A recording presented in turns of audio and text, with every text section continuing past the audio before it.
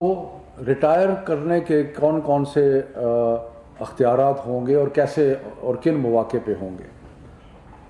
اس کے بعد جو ہمارے بڑی دیر سے ایفیشنسی اینڈ ڈسپلن رولز چلے آ رہے ہیں ان میں ترامیم کی گئی ہیں تاکہ جو ڈسپلن ہے سرکاری ملازمین کا وہ بہتر ہو جائے. اس کے بعد جو ایم پی اسکیل ہے یعنی کہ جو سرکاری گریڈز ہیں گریڈ 1 to 22 اس کے علاوہ جو سرکار میں بھرتیاں ہوتی ہیں ایم پی اسکیل میں اس کی پالیسی کیا ہے. اس کے بعد جو چند سروسز ہیں جس میں پاکستان ایڈمنسٹریٹو سروس ہے اور پاکستان پولیس سروس ہے ان کی روٹیشن جو ہے صوبوں میں جانا اور صوبوں سے آنا اور باقی صوبہ روٹیشن پالیسی جو ہے وہ بنائی گئی ہے اور اس کے یہ بڑی اہم ہے. میں اس کے ریزن آپ کو بتاؤں گا. اور پھر یہ کہ جو پاکستان ایڈمنسٹریٹو سروس ہے اس کی جو اسٹرینتھ ہے اور کتنے لوگ اس میں ہونا چاہیے اس کو کم کیا گیا ہے. تو سب سے پہلے میں بات پر کروں گا کہ جو پروموشن کے بارے میں فیصلے کیے گئے ہیں اور آبویسلی اس معاملے میں جتنے بھی لاکھوں سرکاری ملازمین ہیں سارے ملک میں ان کا انٹرسٹ ہے کہ یہ پالیسی جو ہے وہ کیا بن رہی ہے. پہلی دفعہ بڑی کیٹیگوریکلی اپوائنٹنگ اتھارٹیز جو ہیں ان کو ڈیفائن کر دیا گیا. کئی چیزوں کے بارے میں کلیئرٹی نہیں تھی کہ اپوائنٹنگ اتھارٹی کون ہے. دوسرا یہ کہ اگر کسی سرکاری ملازم کے بارے میں کوئی ریفرنس انویسٹیگیشن نیب میں یا ایف آئی اے میں پینڈنگ ہے تو وہ فوری طور وہ ان کو پروموٹ نہیں کیا جائے گا, ڈیفر کیا جائے گا جب تک انکوائری کا فیصلہ نہیں آتا. تیسرا یہ کہ جہاں پر کچھ کیسز سرکاری ملازمین کے خلاف 3 سال سے زیادہ عرصہ سے زیر التوا ہیں اور جن کی وجہ سے ان کی پروموشن نہیں ہو رہی تھی ان کو اب اجازت پروموشن بورڈ جو ہیں وہ 3 سال کے عرصے کے بعد اس کی جو پروموشن ہے وہ کنسیڈر کر لیں گے. اس کے بعد پروموشن کا جو مختلف چیزوں کا جو جزویات ہے پروموشن کی ان کے بارے میں فیصلہ کیا گیا کہ جو سالانہ رپورٹس ہوں گی ان کا 40% حصہ ہوگا پروموشن میں. جو ٹریننگ کریں گے سرکاری ملازمین ان کا 30% حصہ ہوگا اور جو ایویلویشن بورڈ جو کہ بورڈ انٹرویو کر رہا ہے اس کا 30% ہوگا. اس کے میں جو بورڈ ہے اس کو بلکہ زیادہ اختیارات دیے گئے ہیں کیونکہ بدقسمتی سے ہمارے ملک میں یہ رواج چلا آ رہا ہے کہ ہر کسی کو اچھی رپورٹ مل جاتی تو اس لیے وہ تخصیص کرنا مشکل ہو جاتا ہے. تو اب یہ ہے کہ بورڈز کو 30% جو لیوے دیا گیا ہے پروموشن میں اس سے ان کو زیادہ اتھارٹی ہو جائے گی. اس کے بعد جو دوسرا بڑے اہم ہے کہ سول سرونٹ کو ریٹائر کرنا جو ہے وقت سے پہلے وہ کیسے ہوگا. تو اس میں ڈیفائن کر دیا گیا ہے کون کون ریٹائرمنٹ کر سکتا ہے. مثلا ایف پی ایس سی کا چیئرمین جو ہے وہ BS-20 اور اس کے اوپر جتنے افسر ہیں ان کی ریٹائرمنٹ کے اگر ایشو بنتا ہے تو وہ فیڈرل پبلک سروس کمیشن کا چیئرمین جو ہے وہ کرے گا. 17 سے 19 سیکرٹری کے اختیارات ہوں گے اور 16 اور اس سے بلو کے جو سینئر جوائنٹ سیکرٹری ہیں ان کے اختیارات ہوں گے. اب جو بڑی امپورٹنٹ چیز ہے کہ سرکاری ملازمت میں لوگ جب آ جاتے ہیں تو اس کے بعد بہت مشکل ہو جاتا ہے چاہے وہ کام کریں یا نہ کریں تاکہ ان کو وہ ساری عمر گزر جاتی ہے. اور کئی ایسے لوگ ہیں بیشتر تو کام کرتے ہیں لیکن کچھ ایسے لوگ ہیں جو کام نہیں بھی کرتے. تو اب یہ فیصلہ کیا گیا ہے کہ جو کام نہیں کرتے ان کے بارے میں کیا پالیسی ہوگی. جن کی 3 رپورٹس اینول رپورٹس جو ہوتی ہیں اینول کانفیڈینشیل رپورٹ وہ اگر بلو ایوریج ہیں یا ایوریج ہیں تو وہ ایک گراؤنڈ بن سکتا ہے ریٹائرمنٹ کا کہ بھئی آپ کی لگاتار رپورٹیں آ رہی ہیں کہ آپ اپنا صحیح نہیں کر رہے تو اس لیے آپ کو ریٹائر کیا جا سکتا ہے.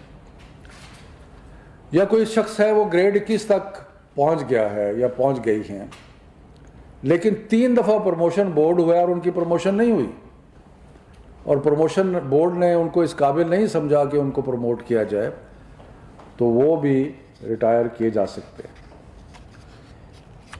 ایک اور بڑا انٹرسٹنگ تھا, آپ نے اخباروں میں پڑھا ہوگا کہ افسران کے خلاف چارجز لگے کرپشن کے, اور انہوں نے پیسے واپس کر دیے یا پلی بارگین کر لی, اور اس کے بعد نوکری بھی کرتے جا رہے ہیں. تو اب یہ فیصلہ بھی کرتے جا رہے ہیں.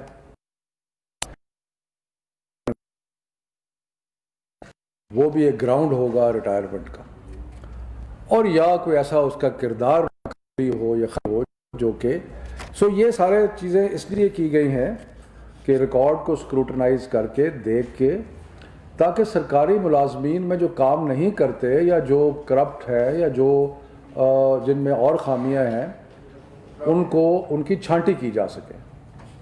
ٹھیک ہے. اس کے بعد ایفیشنسی اور ڈسپلن رول, جن کے تحت جو آپ سمجھیں ضابطہ ہے سرکاری ملازمین کے لیے ڈسپلن رولز کا, اس کے تحت ساری, اس کو ای این ڈی رولز کہتے ہیں. جو ای این ڈی رولز ہیں وہ سرکاری ملازمین کی جو نوکری ہے اس کو سارے کو ڈیفائن کرتے ہیں. اس میں کچھ تبدیلیاں کی گئی ہیں. پہلا یہ ہے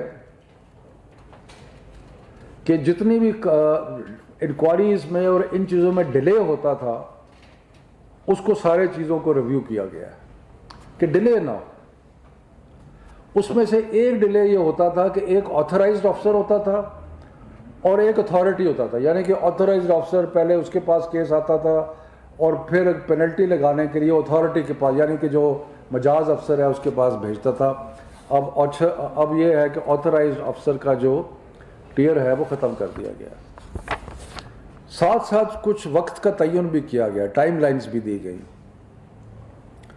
اگر کسی کو کوئی چارج, کسی کے خلاف کوئی شکایت آتی ہے اور آپ اس کو چارج کرتے ہیں کہ بھئی تو 14 دن میں اس کا جواب دینا ہوگا, اور انکوائری کمیٹی جو ہے اس کو 60 دن میں فیصلہ کرنا ہوگا.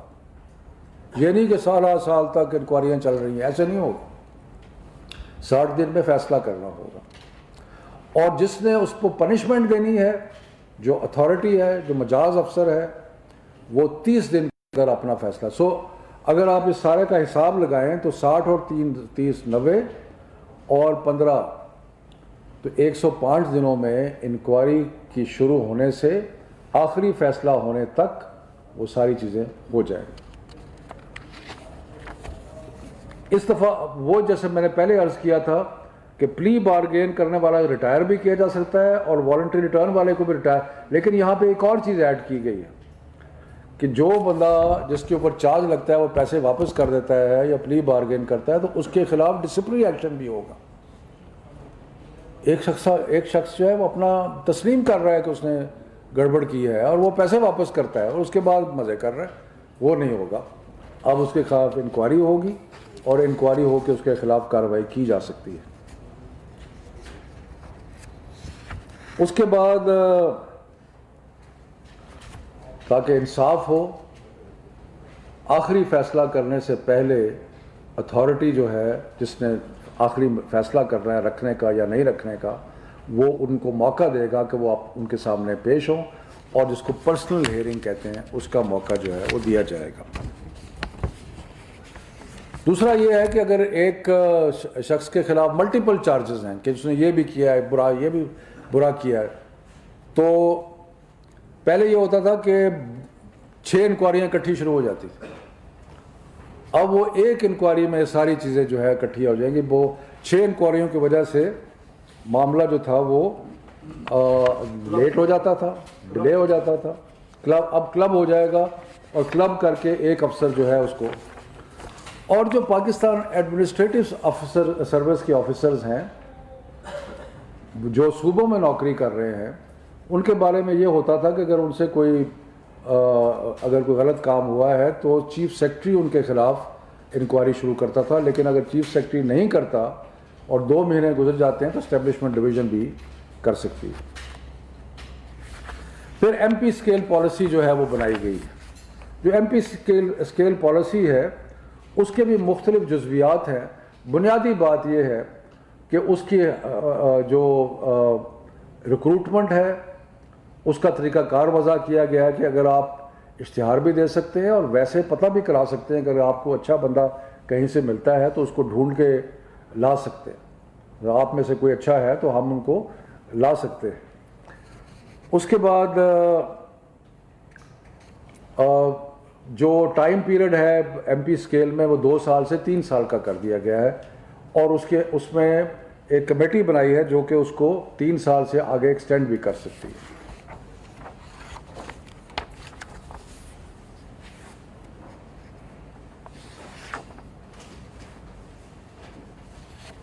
اچھا، اس کے علاوہ جو ایک روٹیشن پالیسی ہے جس کا میں ذکر کرنا چاہتا ہوں وہ بڑی امپورٹنٹ ہے۔ وہ شاید عام لوگوں کے لیے، عام شہریوں کے لیے اتنی امپورٹنٹ نہ ہو، لیکن سول سروسز کے لیے بڑی امپورٹنٹ ہے کہ 2 ایسی سروسز ہیں، پاکستان ایڈمنسٹریٹو سروس اور پاکستان پولیس سروس، جو کہ وفاق میں بھی نوکری کر سکتے ہیں اور صوبوں میں بھی نوکری کر سکتے ہیں۔ لیکن دیکھا یہ گیا کہ لوگ جو تھے وہ 10 سال، 15 سال، 20 سال ایک ہی صوبے میں بیٹھے رہتے تھے، بلکہ وفاق میں تو بڑے کم لوگ آتے تھے۔ تو اب ایک روٹیشن پالیسی بنائی گئی کہ جو صوبے میں کہیں جائے گا اس کے ٹائم مقرر کیے گئے ہیں، اور وہ سارے میں آپ کو ڈیٹیل دوں گا، لیکن موٹی بات یہ ہے کہ ایک ہی صوبے میں جو ہے وہ نوکری ایک لمٹ سے زیادہ نہیں کی جا سکے گی، اور وفاق میں بھی آ کے نوکری کرنی لازمی ہوگی۔ اس کی لمٹ ہے جی، پہلے شروع میں 3 سال کی ایلوکیشن ہوگی، اور 2 سال کے لیے ہارڈ ایریاز جن کو کہتے ہیں، جو مشکل جگہ پہ وہاں جانا پڑے گا، اور کوئی بھی افسر کسی بھی صوبے میں 10 سال سے زیادہ نہیں رہ سکتا۔ جب 10 سال مکمل ہوں گے تو اس کے بعد وہاں سے وہ ٹرانسفر ہو جائے گا۔ اور جو پروموشن ہے وہ روٹیشن پالیسی سے لنک کر دی گئی ہے۔ اگر کوئی افسر جو ہے وہ روٹیٹ نہیں ہوتا یا کسی صوبے میں بیٹھا رہتا ہے تو پھر وہ پروموشن جو ہے وہ گریڈ 21 میں پروموشن جو ہے نہیں ہوگی، اور یہ پالیسی 1 جنوری 2021 سے لاگو کر دی گئی ہے۔ اس کے بعد جو آخری چیز میں بتانا چاہتا ہوں وہ یہ ہے کہ پاکستان ایڈمنسٹریٹو سروس کی جو اسٹرینتھ ہے، کارڈر اسٹرینتھ ہے، اس کو کم کر دیا گیا ہے تاکہ اور سروسز جو ہیں ان کو بھی موقع ملے مختلف نوکریوں کے۔ تو یہ جو مختلف ہم نے اقدامات وفاقی کابینہ نے کل منظور کیے ہیں، ان کا تعلق سرکاری ملازمین کی نوکری کی شرائط جو ہیں اور ڈسپلن اور ان چیزوں کے بارے میں ہے، روٹیشن کے بارے میں ہے، لیکن یہ بڑی کی چیزیں ہیں کیونکہ حکومت کا سارا نظام جو ہے ان کے کارندوں کے مطابق چلتا ہے، اور اگر کارندوں کے بارے میں پالیسی درست نہیں ہوگی تو اس کا کام جو ہے وہ صحیح نہیں ہوگا۔ جو ہماری کیبنٹ کمیٹی ہے اور انسٹیٹیوشنل ریفارم، ہم ہر ہفتے ملتے ہیں، اور آئندہ سے میں آپ کو وقتاً فوقتاً اس کے بارے میں بریف بھی کرتا رہوں گا، کیونکہ مختلف چیزوں کے بارے میں ہم اسٹڈی بھی کر رہے ہیں، فیصلے بھی کر رہے ہیں۔ مقصد کیا ہے؟ مقصد یہ ہے کہ نظام حکومت جس میں بہت ساری خرابیاں ہیں اس کو درست کرنا ہے۔ پرائم منسٹر عمران خان کی یہ ذاتی اس میں دلچسپی بھی ہے، اور میں آپ کو یہ بھی بتاؤں کہ یہ جو کام ہوا ہے اس میں بہت ساری کنٹریبیوشن پرائم منسٹر صاحب کی خود اور پرائم منسٹر کے دفتر کی ہے۔ اس سلسلے میں اگر آپ کوئی سوالات پوچھنا چاہتے ہیں تو پوچھ لیں، اور اس کے علاوہ بھی اگر کوئی سوال پوچھنا چاہتے ہیں تو وہ بھی۔ یہ ذرا ڈسٹریبیوٹ کر دیں جی۔ اس کرائیٹیریا کے مطابق آپ نے حکومت نے کوئی ورک آؤٹ کر دیا ہے کہ اس میں کتنے لوگ اس زمرے میں یعنی آ رہے ہیں، ان کی کوئی تعداد بتائیں گے